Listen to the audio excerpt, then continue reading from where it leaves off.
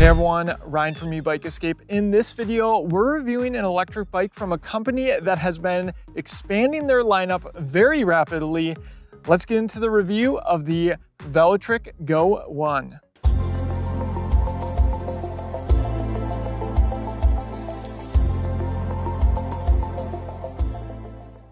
Before we get started with the walk around, if you are looking to purchase any Velotric electric bike, we would appreciate your support by using our affiliate links down in the description. It costs you nothing and actually might save you some money with our unique discount code. We'll also have some other resources down in the description. Our electric bike accessories list, a link to our own shop where we sell high quality accessories, shop.ebikeescape.com, as well as links to our top e-bike brands page. And finally, our electric bike discounts code page where we track all the deals on the electric bike brands that we follow. With that, we're going to dive into all the components on the Velotric Go1. Then we'll get into some first-person riding footage. I'll show you how it performs, go up our large hill climb test, and finally, some third-person riding footage where I'll give you my concluding thoughts on this utility electric bike. That's actually the term that I'm going to call any bike that looks like this in future reviews because I think it suits it the best and helps differentiate it from other models. The Velotric Go1 is priced at $17.99, but at time of recording is on sale for $15.99. There's a good chance that it might be on sale pretty frequently. Again, you can save some money by using our discount code in the description, as well as you can see up-to-date pricing on this electric bike. It comes in two different colors. This is the forest color that I personally picked, more of a unique color, but it also comes in indigo gray. As I briefly touched on, Velotric has really been expanding their lineup quite a bit. The company all started with the Discover one, that was their city electric bike, and then they moved on to the Nomad one, which was their fat tire electric bike, really both in the affordable category, and then more recently they released the T1 and the T1 ST, and that's when they started implementing a lot of technology in their electric bikes. The T1 has some really cool smart features. It has a really good app integration. And then the T1 ST has Apple Find My. And perhaps not surprisingly, they also have Apple Find My in the Go1 and also their true cargo electric bike, the Packer one. We'll be reviewing that bike as well. And that's something that no other e-bike company is including on more affordable electric bikes. And even more, their bikes are now UL certified. The Go1 is UL 2849 certified and 2271 certified. As a nod to safety, a lot of people thinking about bike fires. So you can have a little bit more comfort purchasing an electric bike from Velotric. Now, I called this a utility bike because it has cargo carrying capability as well as passenger carrying capability. We're going to test both those functions out and talk a little bit more about them in a little bit. But this is a category that hasn't received as much attention. There wasn't as much competition for a style of bike like this until relatively recently. And as someone who really loves cargo electric bikes, and an extension of that is a utility bike, if you don't need something quite as large, there's a big benefit to these utility bikes because it gives you a lot of the features of a cargo electric bike, but not all the extra weight, as well as a longer wheelbase. So I'm a huge fan of bikes that look like this. Let's talk a bit about the payload. It has a 440-pound payload capacity, and the bike itself weighs 65 pounds, right around what I'd expect for an electric bike like this. One of the finer details that I've been appreciating about Velotric electric bikes is when I unbox them, it's just a better customer experience. You can see this is the box where some of the accessories come in. You can see manual and tools, accessories, and the charger.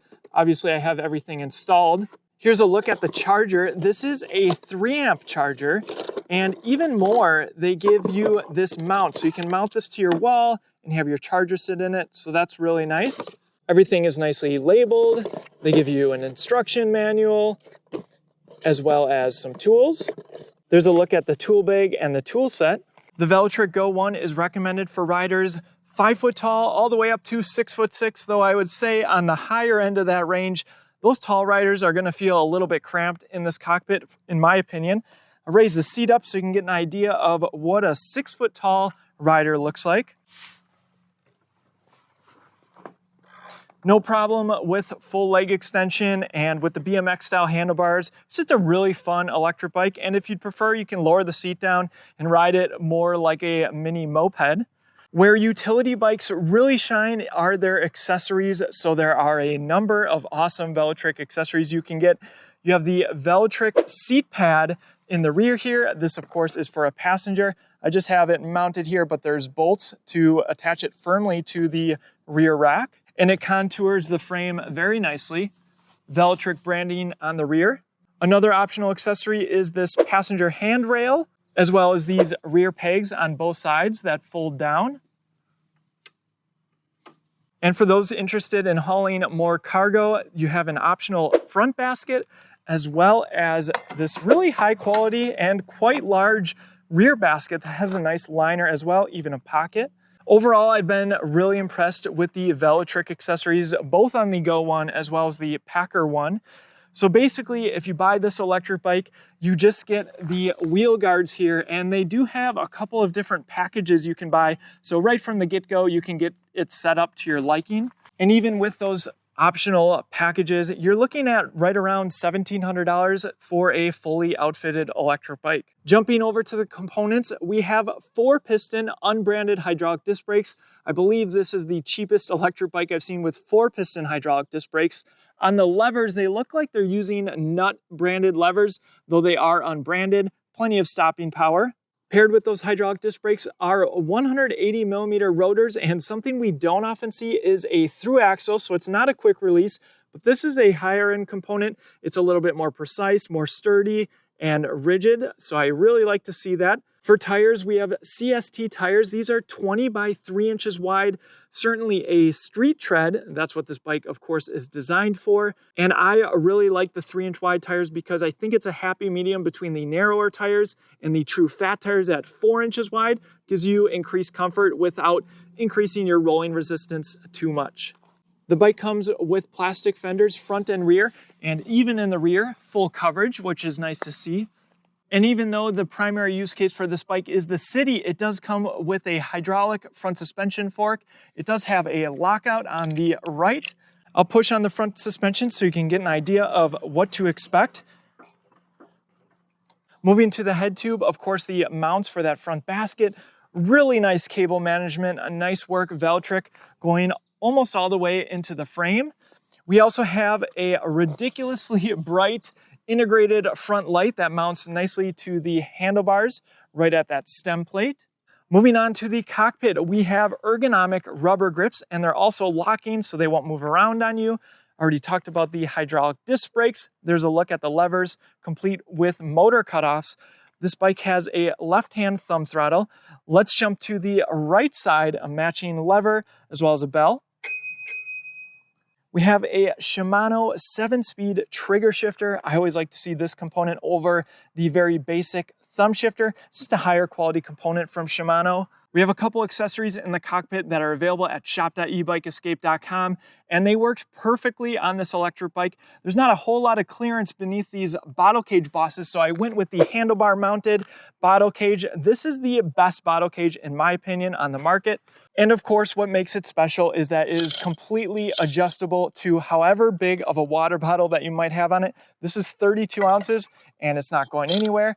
There's a look at the mount. We also have our cell phone mount. We went with the one that locks to the handlebars as opposed to the quick release version, and it's perfect for large phones like mine. So if you do decide to pick up some high quality accessories, certainly appreciate your support. Let's dive into the display. For the controls, we have 5 buttons here, the left one being the power button. This is the Velotric display that we've seen a lot before, and it even has a USB port located underneath it so you can charge your device. Very simple display, but that also means it's very easy to see even in bright sunlight.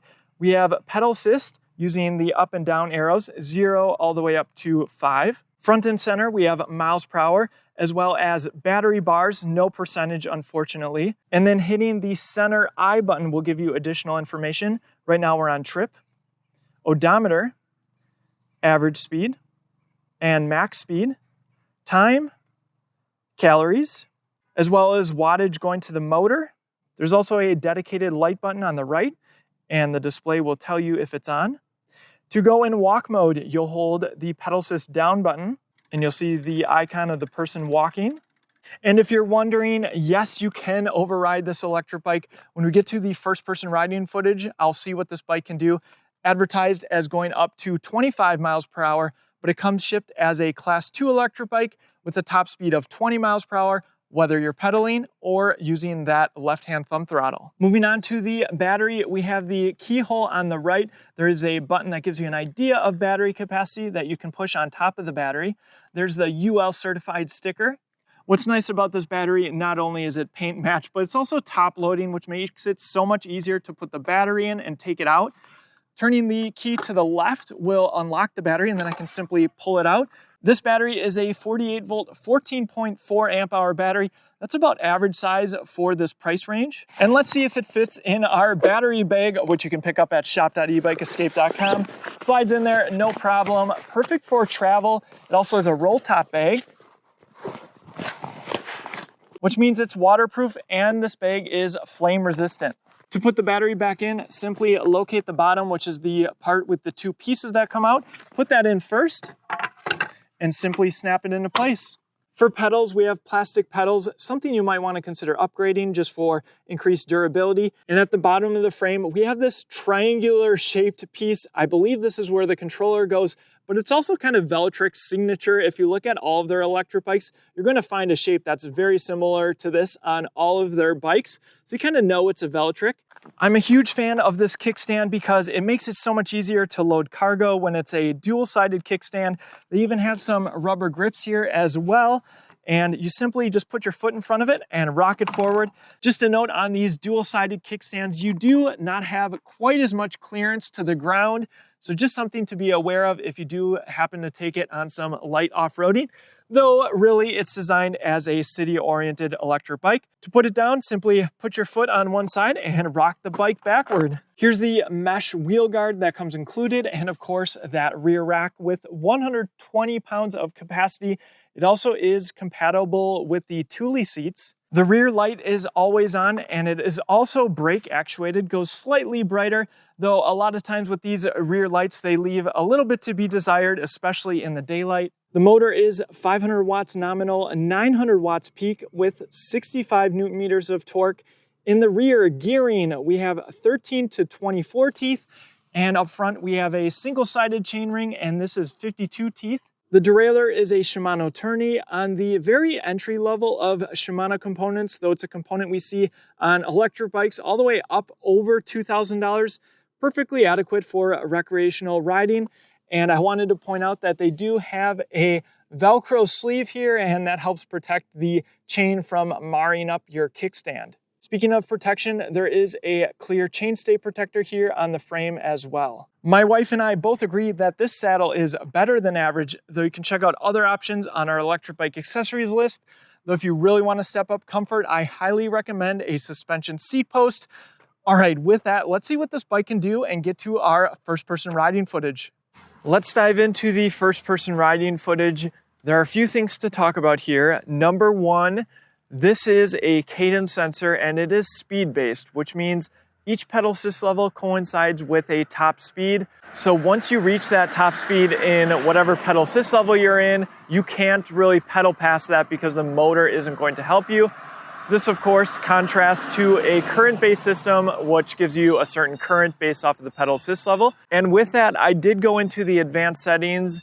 You can do so by contacting Velotric, which allows you to change this from a class 2 electric bike, so top speed of 20 miles per hour with throttle or pedal assist, to a more of a class 3 electric bike with a top speed of 40 kilometers an hour, which is just shy of 25 miles per hour. The idea is, in theory, then you unplug the throttle because the throttle actually doesn't kick off at 20 miles per hour. Also, the pedal assist level does coincide with your top speed with throttle alone. I have the GPS speedometer app by Coolnix on my phone here, so we can compare it to the Velotric speed. I have it in pedal assist level 5, so we'll see what the true top speed is. All right, here we go. 3, 2, 1, throttle only. Nice and easy takeoff. 7, 12, 14, 16, 17, 18, 19, 20. So there's where the bike would normally kick off as a class 2 electric bike, how it comes shipped. And I kind of feel the motor surging a little bit as we're approaching the top speed, as I talked about, with the speed being overridden. The Velotric display is reading 24, 25 miles an hour, and the GPS speed is reading right at 24 miles per hour. So pretty powerful motor in that first test with the throttle only. Next, let's get into the various pedal assist levels. And again, a reminder, I did go and override this. So the speeds that you'll see in pedal assist level 1, for instance, will be different as the bike comes shipped. So we'll put on the screen how it comes shipped and what the top speeds are in the various pedal assist levels as a class 2 electric bike with a top speed of 20 miles per hour. Pedal assist level 1 and first gear. Nice gentle takeoff, which I appreciate. And I can already tell we're getting to the top speed in pedal assist level 1, which is 12 miles an hour. I could probably shift up into second, maybe third gear here. Again, leisurely cadence, still putting in some effort. And that top speed is 12 miles an hour. So keep in mind, with a speed-based system, if I were, for instance, in pedal assist level 5, cruising at a high speed, and then going down into pedal assist level 1, the motor isn't going to help me until I get, at that 12 miles per hour or below. All right, let's go ahead and go into pedal assist level 2. Can definitely feel some more motor power there. Fourth gear, fifth gear. I probably prefer a slightly slower cadence than most people. Going 14 miles an hour, that looks like the top speed in pedal assist level 2.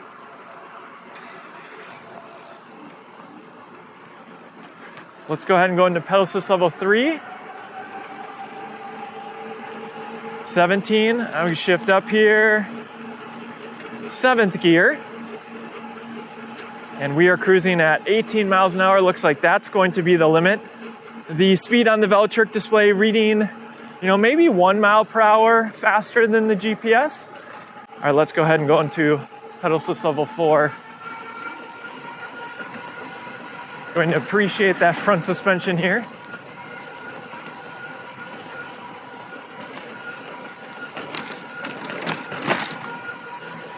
And looks like it's cutting us off at 20 miles per hour on the GPS speed. Velotric display reading 21 miles an hour. And we are going to go into pedal assist level 5. And I'm actually going to keep an eye on the wattage, 800 watts.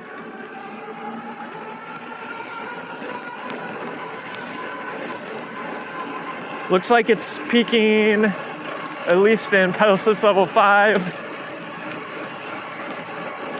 just shy of 900 watts and 24 miles an hour. Velotric display says 25.7. GPS, not surprising given our throttle only test, holding us right at 24.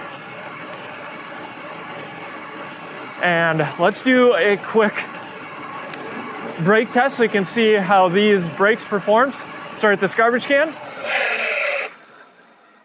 And plenty of stopping power on these hydraulic disc brakes. Nice to see on a bike at this price. All right, so that is how the bike performs on flat ground.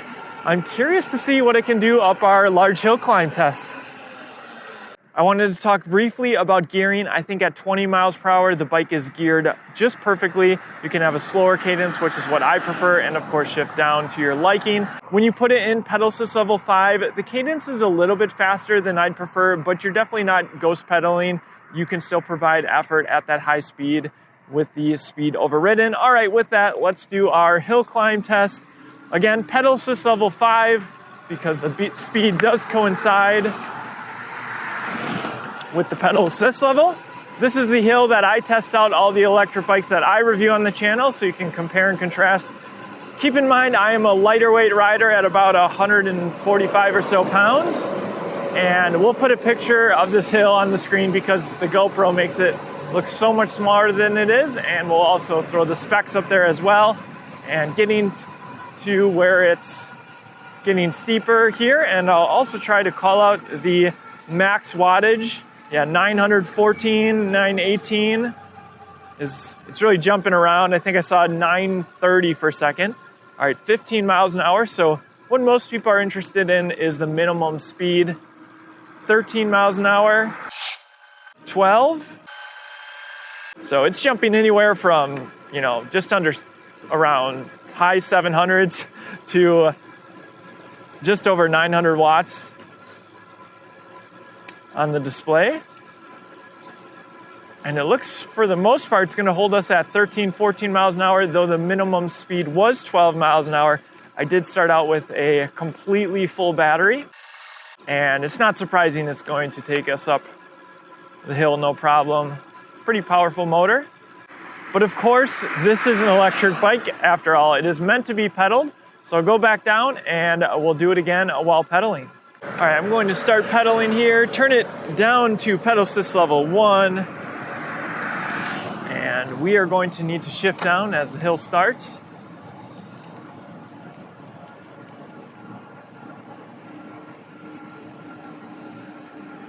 All right, pedal assist level 1, pulling about just under 400 watts right now, 10 miles an hour.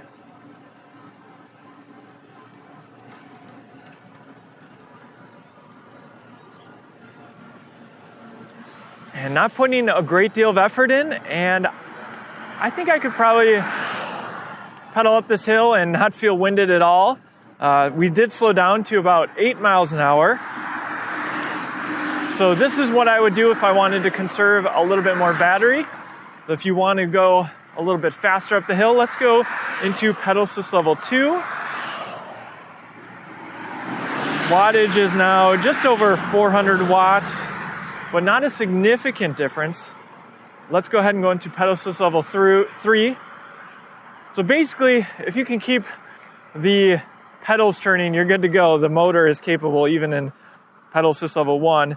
Pedal assist level 3, still hovering around 400 watts. And again, I did stick into first gear. All right, let's go ahead and go into pedal assist level 4. All right, there we go. Now I'm seeing 800 watts, 850, and I could shift up third, fourth, maybe even fifth. So that was the big difference between 3 and 4. And saw it at 938 was the highest number I could catch at. Like I said, it just jumps around those numbers. All right, and I went up to 5, and it seems pretty similar, cruising up the hill at 15 miles an hour. So plenty capable in my opinion, especially if you live in a hilly area, and of course that's helped by pedaling as well as the hill planes out. All right, let's get into some third-person riding footage, and I'll give you my concluding thoughts on the Velotric Go1.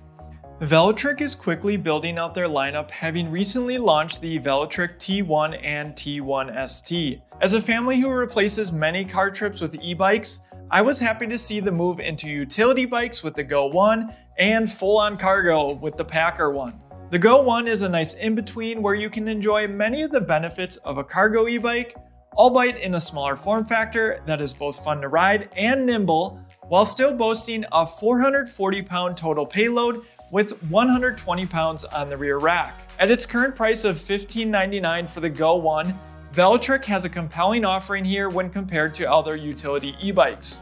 3-inch wide street tires for increased confidence while riding, paired with a front suspension fork, which certainly makes the ride more comfortable over bumps. I was also happy to see the inclusion of 4-piston hydraulic disc brakes. It seems like hydraulic is the new standard even at this price point, but Velotric sweetened the deal just that extra bit by going with 4-piston hydraulic disc brakes. Drivetrain-wise, the e-bike performs well at Class 2 or 20 mile/hour speeds, and a nice touch was the trigger shifter up front. The bike has plenty of motor power even on throttle alone and performed better than expected for a 500 watt motor, though the peak rating of 900 watts certainly helped. The BMX style handlebars suit these style of e-bikes well and add to the fun factor when riding. The battery is about average sized at 14.4 amp hours, and I appreciate it being top loading and paint matched for the extra polish.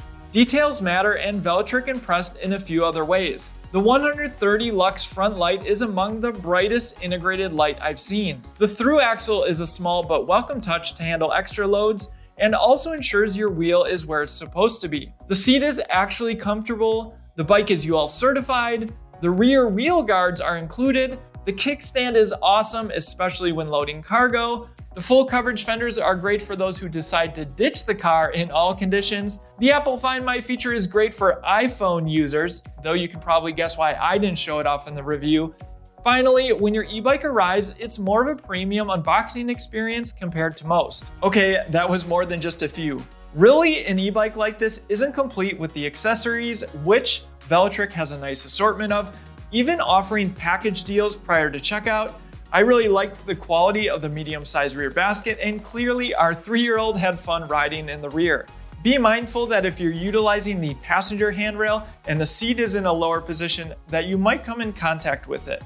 If I'm nitpicking the bike, I would have liked to see an 11-tooth cog in the rear for when this bike is in Class 3 mode for speeds up to 25 miles per hour, and my personal preference on this cadence sensor electric bike would have been a current-based pedal assist compared to the speed-based. If we've helped you decide a Velotric e-bike is your next ride, check out the links in the description as a free way to support the channel. Thank you so much for your support. Let me know what you think of the Go1 in the comment section below, and even more importantly, if you already own a Velotric, I'd love to hear your experience with the brand. It helps me keep tabs on various brands and undoubtedly helps others considering a purchase. This is one of those e-bikes where I feel like you're getting more than you paid for. Even more, it's a welcome addition to the market of utility e-bikes, where people not only have more options, but can also appreciate that yes, kids and cargo are not a limiting factor if you want to go for a bike ride. Ride safe out there, and I'll see you in the next one.